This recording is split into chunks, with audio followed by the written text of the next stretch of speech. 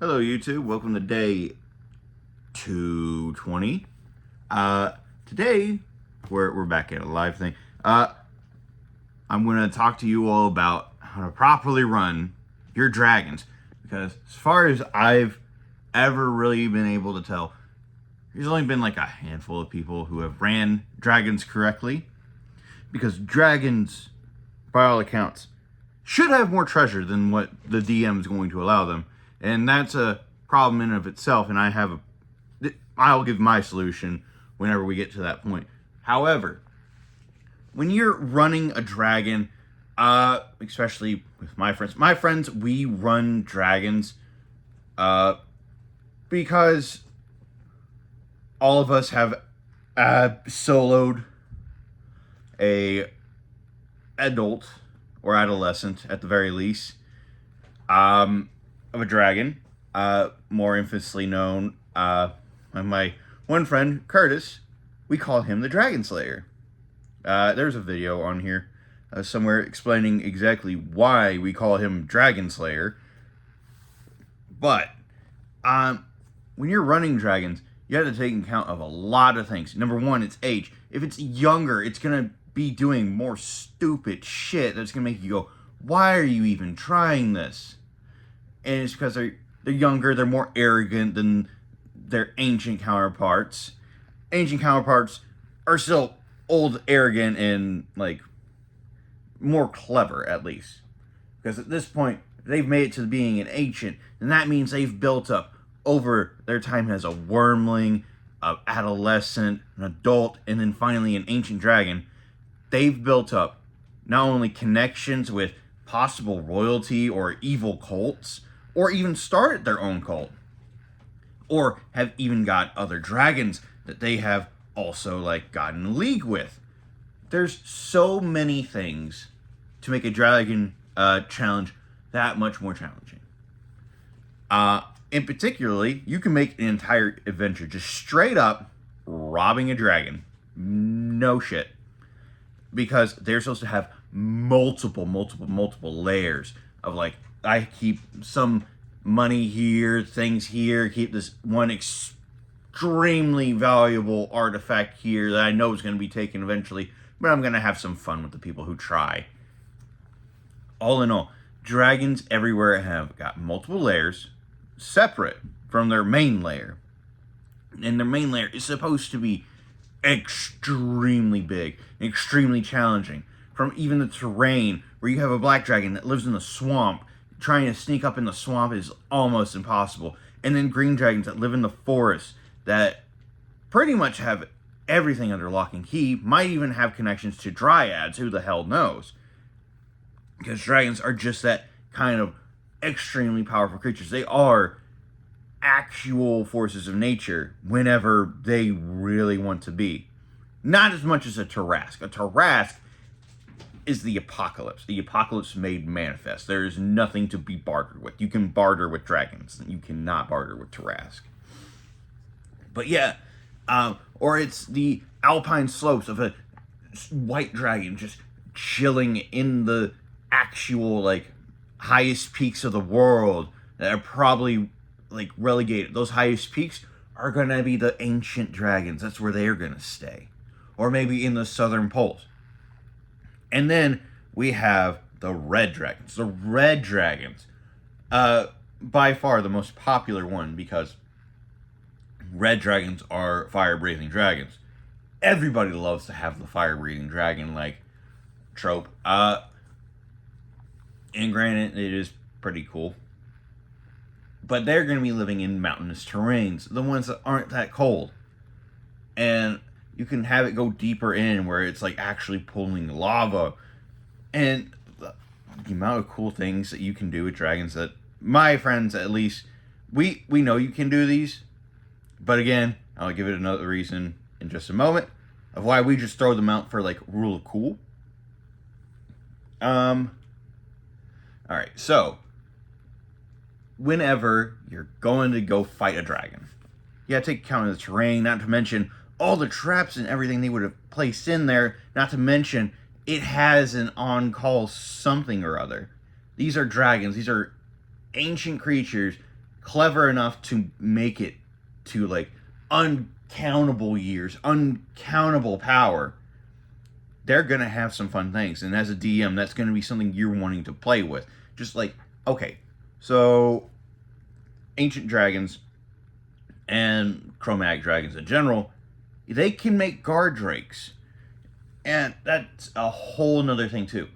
The amount of gold that you can pull off from like everything that this dragon has for probably in defense and also like secrets. Oh crap, it's uncountable. But I'll say this. Reason why me and my friends throw dragons at each other is because, well, we go to places that aren't very smart, or there's just extenuating circumstances of why there's a dragon there. We never throw ancients at each other. I've thrown an adult, which is by far a very dangerous challenge. However, the extenuating circumstance there is I made a thing where I was like, you know what? It doesn't fit with any type of this stuff, and they want this piece of gear. So I figured out how to make a dungeon in D&D. And it was essentially a dungeon ritual. You write in what you want. The dungeon decides what level of an encounter you're going to have. Because it can be an entire full-length venture through dungeons.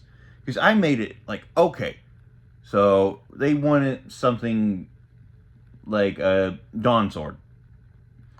Okay, you can have your dawn sword, but first I'm going to make you run through a werewolf-infested forest and have to fight a Nosferatu with a shambling like corpse of bugs and other filthy things. And that was really cool. And honestly, gonna go back to why the dragon was there. Dragon was there is because it was towards the end of the party's like adventure, like they were finally going to be done. Now, I knew as a DM what he was planning to do with this. So I had to make sure the dungeon knew what he was going to do with it. So it decided that if he wanted his braziers of controlling fire elemental or water elemental, or I forget what they are. It was something connected to do with fire and water elementals, because he wanted to make a steam engine. It is not a lie that I told him he's going to have to navigate an entire maze. He navigated through the maze a little bit ahead of his party because I split them up. DM's mistake there. However, split them up. He found the challenge first. And granted, I did take some liberties with, certain spell casting and also items the dragon did have, which is another thing too. Dragons are such an incredibly powerful being that when you get to the point of their ancients, it's not totally off the table that they can cast higher than 9th level at all. In fact, I think it's actually pretty possible that they are like full on able to cast like 10th, which is the stuff of gods. It will cost them a lot, and that's the reason that they probably don't use it. Because if you don't know, lore wise, if you want to cast anything higher than 9th level, you have to sacrifice your levels, like your actual class levels. You have to sacrifice them. Your experience, which is kind of like your vitality dropping a bit. And then you run the risk of it doesn't fucking work, because mortals are not supposed to cast anything higher than 9th level, because when they did that last time, Mistra fucking died, and it was a bad, bad thing. Anyhow, so for a dragon encounter, here's what I would do if I was just going to make a campaign where straight up dragon hunting, because you can do that, and here's how you do it. Here's how I would do it. So get a dragon, number one, whichever color you want. There's a good amount in the book. Make sure they're chromatic. That's a big thing. Unless you want to do an evil campaign, then you can use the metallic. But if you wanted to use chromatic are going to be your more like, these guys are evil beyond all carnate, because Black dragons are like the most evil things. Let's see. Yeah, no, they just come out the fucking womb, ready for the smoke. They are chaotic evil. Now then, I would say to challenge your players, because you can have an entire adventure where you go hunt down this dragon's horde. We'll just use black for the example because it's the page I'm on. Searching through these ungodly, disgusting swamps that the black dragons call home. Yeah, you all.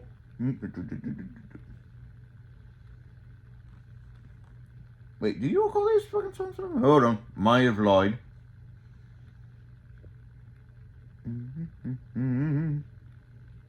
Yep, no, black dragons, vast swamps. Anyhow, I do have my lots of mail next to me. So, here's how I would do it. If it's a black dragon going through this vast and disgusting swamp, number one, getting there is going to be a challenge already. So, you just have a bunch of like swamp-esque creatures like alligators, hags, and other things. Look at what this dragon would actually, if people are coming for its horde, what would it do? Number one, drakes. Right off the bat. Throw drakes.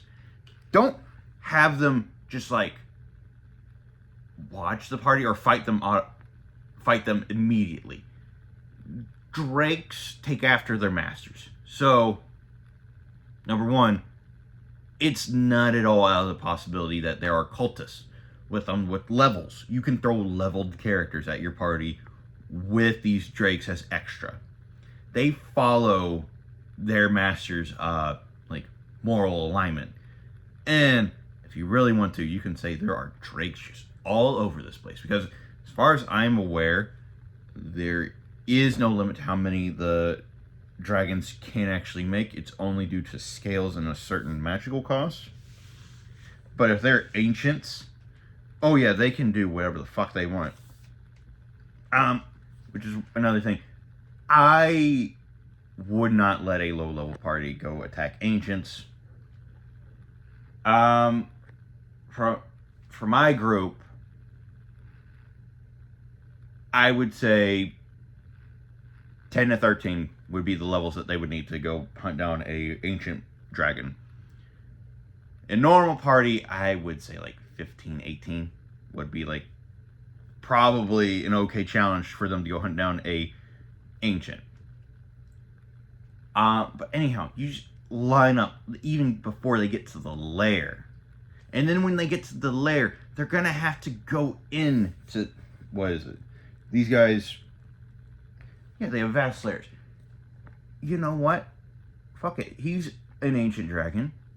You decide if he's gonna have like this whole cavernous system from the swamp, or if he's over centuries had people from like he's enslaved or in prison just dig out his whole like lair and like filled it up more and more and just kept bringing things here purely so that he could continue to grow wealth, because a dragon's greed knows no bounds. But here's the other thing. You can do this several times. So let's say you go into there. You clean out. It's a horde. Yippee. Number one, that's extreme amount of wealth, armor, gear, and a whole bunch of other things. Now, I said earlier that I had a way of limiting party success for this particular thing. Here's what you do. You just cleared a lair. That is going to be news. News to the kingdom. And what's the kingdom going to want to do? Well, let's just say I'm the king. Oh, they found it in my territory? Ooh. Or you could have the king be like in league with the dragon, or somebody in league with the dragon. Because here's what you do. Oh, you found all these things. Oh, thank you, adventurers. These are amazing. Now, how much are you going to give to me after your taxes? Because it would do you all so good to like have an entire thing named after me. And if you have a bunch of murder hobos, here's how you deal with them. Just right off the bat. Number one, if they're in league, they're going to have some really powerful connections, number one. So, let's say a evil paladin just shows up. Or 2 or 3 evil paladins just show up. Make their lives living hell. Because if they're going to try and keep money, which even if it is like the kingdom is just wanting their cut, they're going to hire the highest tier of adventurers. You see it all the time in shows and everything else. They're going to hire adventurers that could level countries at the promise of, hey, these guys aren't willing to play ball. We want this money because we could use it to better our kingdom, and we only want this much. The rest of it can be divided up between you all. Or, if you don't want to have really a kingdom's problem with it, you have the guild do it, because the kingdom's going to go after the guild. If the guild doesn't want to do it, which they're going to lose a guild license, something bad's going to happen to them. But all in all, if you want to have your party limit by their success of having to go find the next horde that this dragon has, you can throw out like an entire beautifully painted wall with this skeleton in a cage holding onto a brush, because a dragon would 100% steal an artist or a cartographer or anything, be like, I want you to paint all of my hordes so I can keep track of all that is mine, and also because I would like to know where all my fun things are. Which dragons already don't need it, but due to the fucking hubris and also the fact of I can have this here, be perfectly fine. So if you want to have a liminal success, because these are supposed to be mountains of gold, like actively described as mountains of gold, mountains of jewels, mountains of every kind of thing that could be considered a treasure. These dragons have it. So, in short, if you want to do a dragon adventure, it'd be a pretty fun idea. And honestly, I might start making some plans to make one of these in my campaign. Anyhow, a fun fact for you all today. Well, we should keep it a D&D one. Let's see. Yeah. Did you know that even past that, the dragon's corpse is going to be worth an actual fortune? Just another thing to add on with a dragon hunting adventure. And I feel like that's a little bit of a cop-out. Oh, here's your fun fact. If they see a bunch of eggs in a cave that are cracked open, that either means one of two things. One, there's going to be a lot more dragons than they planned for, or two, there's going to be a Dracolich. Anyhow, bye!